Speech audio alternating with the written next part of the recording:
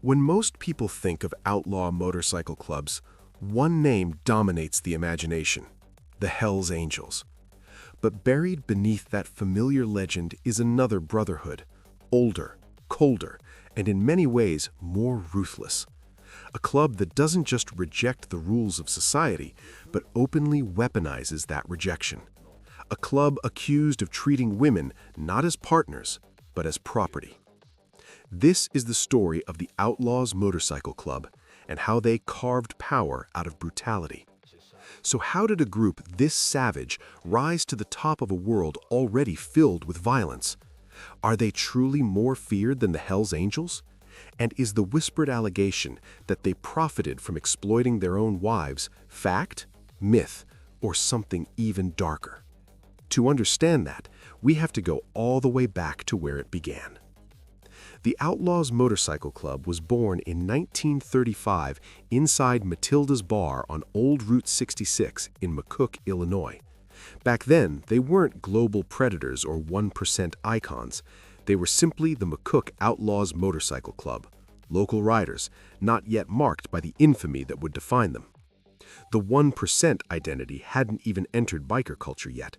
That would come later, forged in blood, conflict, and defiance. World War II nearly wiped them out. Membership collapsed as young men were sent overseas, many never returning. The club teetered on the edge of extinction. But when the war ended, the survivors regrouped, determined not just to rebuild, but to be remembered.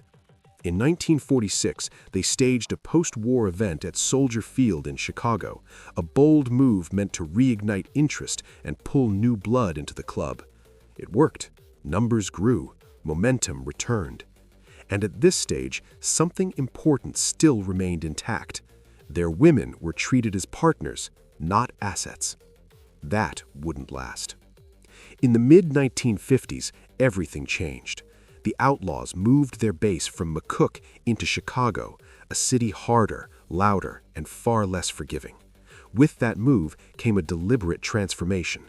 The McCook Outlaws became the Chicago Outlaws. Their image shifted overnight. The old winged motorcycle logo and traditional lettering were scrapped, replaced by a skull, smaller, darker, more threatening. It wasn't just a redesign, it was a declaration of intent. By the late 1950s and into 1960, the Outlaws had earned a reputation few dared challenge. They were no longer just bikers. They were dangerous, unpredictable, violent. So much so that even the American Motorcycle Association attempted to ban the word outlaw from race clothing at official events. The response was pure defiance. Club members simply replaced the word with OMC and wore it proudly. They didn't just accept the outlaw label, they celebrated it. Territory expansion followed. Other clubs were forced to take notice, whether they wanted to or not. On July 4, 1964, the Outlaws absorbed both the Milwaukee Gypsy Outlaws and the Louisville Gypsy Outlaws. That moment marked a turning point. The Chicago Outlaws shed all remaining local identity and assumed a name that left no ambiguity: the Outlaws. Not a nickname, not a symbol, a warning. Chicago became the mother chapter, the nerve center of a rapidly expanding empire. And with expansion came hunger, for power, for dominance, for control. It was during this period that the club's treatment of women began to change. Loyalty was no longer enough. Women became leverage. In 1967, the Outlaws pushed south and established a chapter in Florida. What unfolded there would later shock even seasoned observers of biker culture. Accounts from this era describe extreme exploitation, particularly under figures like Joe "Crazy Joe" Spaziano, a man whose behavior would come to embody the club's infamous motto, "God forgives, outlaws don't." His actions weren't seen as an aberration, they were tolerated, in some cases admired. By 1977, the Outlaws stepped onto the global stage. Their first international expansion came through Canada, where chapters of Satan's Choice patched over and pledged allegiance. This wasn't growth, it was conquest. And once the door to international power opened, it never closed again. Europe was next. In 1993, the Outlaws planted their flag in France, igniting a continental expansion that would spread rapidly across Belgium, the British Union, Germany, Sweden, and Italy. Each new chapter reinforced the same brutal culture, the same iron hierarchy, the same philosophy: domination through fear, loyalty through control. By the time the dust settled, the Outlaws were no longer just a motorcycle club. They were an ideology, a system, a warning etched into asphalt and bone. And what started in a quiet bar on Route 66 had become one of the most feared outlaw organizations on Earth. Poland, Russia, and Norway soon fall into line, joining forces with the growing machine. What emerges is no longer just a motorcycle club, but an empire. The Outlaws Motorcycle Club now claims around 1,700 members, spread across 176 chapters throughout the United States and 12 foreign countries, from Europe to Australia, Japan, Norway, and Russia. On the surface, the Outlaws present themselves as an embodiment of the American obsession with freedom, brotherhood without rules, loyalty without limits. That message resonates far beyond U.S. borders. But freedom at this level comes at a price, and anyone who chooses to live outside the law quickly learns that the police are only one threat. The real danger often comes from other men who live by the same ruthless code. Because when outlaws collide, they don't negotiate, they go to war. One of the most infamous conflicts in biker history erupts in 1969, igniting a feud that would smolder for decades. Rumors spread that the wife of an American Hells Angel had been attacked by an outlaw. Whether the story was true almost didn't matter. In this world, perception is everything. The Hells Angels' leadership responds with brutal retaliation.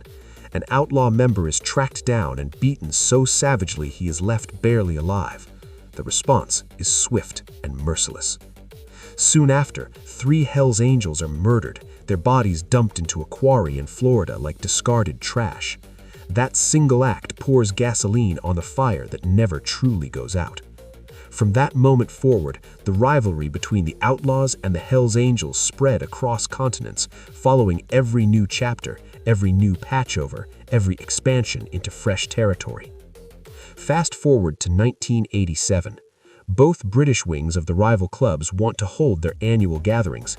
They need space, somewhere isolated, away from prying eyes. The solution appears perfect: Long Marston Airfield, just outside Stratford-on-Avon in Warwickshire. This site would become legendary as the home of Bulldog Bash, Britain's largest biker festival. But from the very beginning, tension hangs thick in the air. The Coventry and Warwickshire chapter of the Outlaws believe the event is happening on their turf. Resentment brews quietly at first, then it starts to boil. By 1998, the uneasy standoff explodes into violence. At a rockers' reunion gathering in London, 40 Hells Angels launch a coordinated attack on a group allied with the Outlaws known as the Outcasts. The result is chaos. When the dust settles, 2 men are dead. Ronald "Gut" Waite, vice president of the Essex chapter, is later sentenced to 15 years in prison after being found guilty of conspiring to cause grievous bodily injury. Instead of ending the conflict, the convictions only deepen the hatred. That same year, threats begin circulating, rumors of bomb attacks targeting Bulldog Bash if rival clubs refuse to back down. Fear becomes part of the atmosphere. And then, things get even worse. In 2000, the Coventry Outlaws officially affiliate with the American Outlaw Association, a move that dramatically escalates tensions. Lines are drawn, sides are chosen.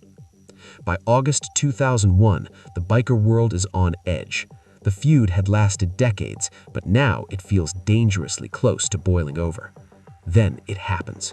A Hells Angel is shot 3 times while leaving Bulldog Bash. True to the biker code, he says nothing to police. No names, no statements, no cooperation. Silence in this world speaks louder than words. Speculation explodes. Everyone knows retaliation is coming. No one knows where or who will be next. Then comes 2007.